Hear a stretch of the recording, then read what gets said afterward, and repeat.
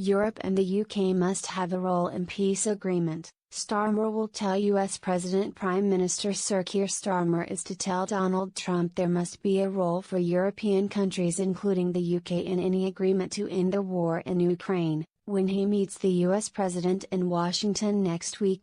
This could include sending British troops to Ukraine as peacekeepers, despite Russian complaints that the presence of NATO forces would be unacceptable. It's believed the UK could contribute to a 30,000-strong European army protecting Ukraine's key cities, ports and critical national. The US would not be expected to send ground troops, but Sir Keir is expected to urge Mr. Trump to ensure peacekeepers are protected by US fighter jets and missiles based in Eastern Europe.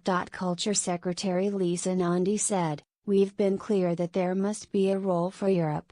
And I think that is a view that is shared by the Trump administration, and that's the conversation that the Prime Minister will be having next week when he travels to the United States."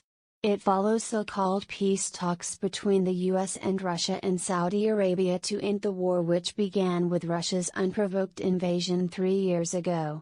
Ukraine and European nations were not involved in the discussions. The US president continued to face a barrage of criticism over his comments claiming Ukraine was to blame for the war, which began when Russia launched an invasion of its neighbor, and calling Ukrainian President Volodymyr Zelensky a dictator for canceling an election due last year.